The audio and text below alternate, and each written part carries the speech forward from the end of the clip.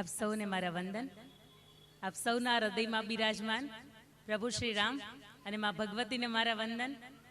અને વ્યાસપીઠ ઉપરથી આપે અત્યારે થોડી વાર પહેલા એક વક્તાને સાંભળ્યા, બીજા હું, અને આવનારા 3 દિવસની અંદર બીજા 3 દિવસમાં તમે 3 વક્તાઓને સાંભળશો, એટલે કુલ 5 વક્તાઓ, અને એ પણ ખેડૂતના સંતાનો છે.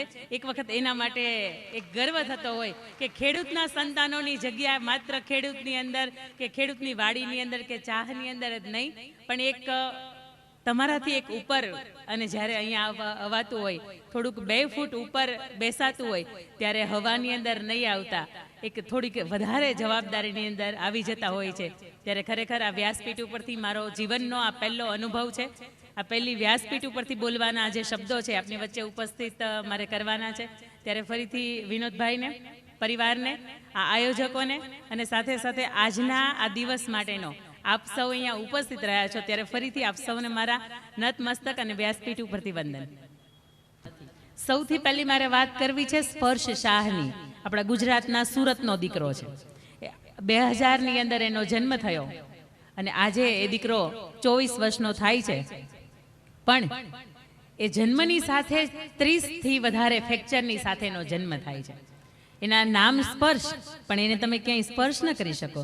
એને તમે હાથ અડો તો હાથના અંદરના જે બોન્સ હોય એ ભાંગી જાય, પગ અડો તો પગ, એક જીભ વ્યવસ્થિત એ કામ કરી શકે, કારણ કે એની અંદર હાડકું નહીં.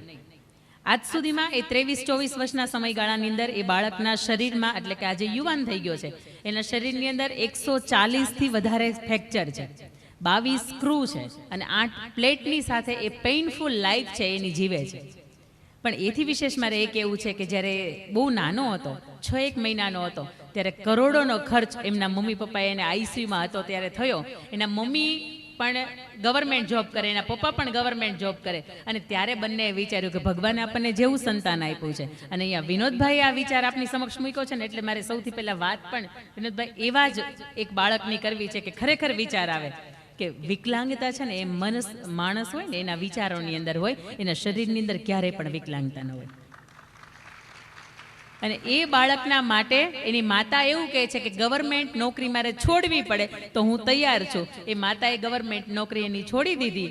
ગવર્મેન્ટ જોબ છોડ્યા પછી 24 કલાક મારા બાળક માટે હું શું નવું કરી શકું, અને આવું બાળક કદાચ મને ભગવાને ભેટમાં આપ્યું છે.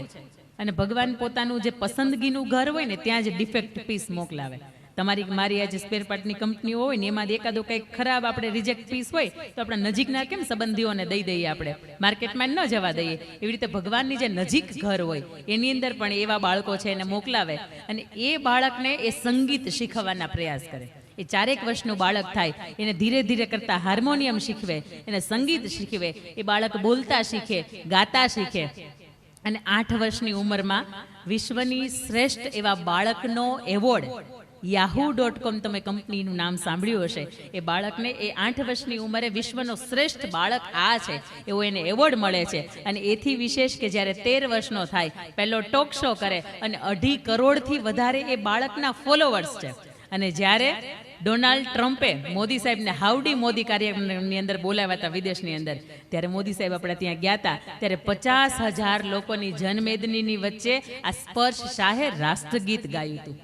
અને ત્યારે કોઈ વ્યક્તિ એને પૂછ્યું હતું કે તારું શરીર આટલું બધું પેઇનફુલ છે, અને આજે પણ એ બાળકને નવડાવવો એના મમ્મીએ પડે છે, જમાડવો હોય તો એના મમ્મીને સાથે રહેવું પડે છે. એ બાળકે આજ સુધીમાં વિશ્વના 9થી વધારે દેશોની અંદર 200થી વધારે એને શો કર્યા છે.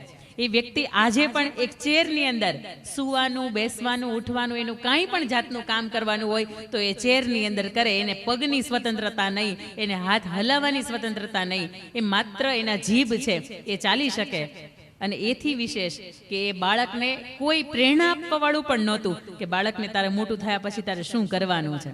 પણ એ બાળકને, યુવાનને પૂછવામાં આવે કે તારી આટલી બધી પેઇનફુલ લાઈફની અંદર તું વિશેષ કંઈક કરી શક્યો, એ શા માટે કરી શક્યો? ત્યારે ઇન્ટરવ્યુઅરે જવાબ આપે છે એને કે આ સરસ મજાની દુનિયાની અંદર મજાના લોકોને ભગવાને હાથ, પગ, નાક, કાન, આંખો બધા જ અંગ છે એ સહી સલામત આપ્યા છે.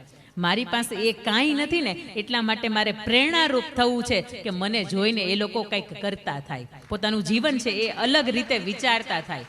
આ સ્પર્શ શાહ આપણા ગુજરાતનો અને એને આવો વિચાર આવે અને વિશ્વનો શ્રેષ્ઠ બાળક બની શકે, તો તમારે ને મારે આંગણે જે આવેલું સંતાન છે ને, એ ભગવાને એને બધુંય આપીને મોકલ્યું છે.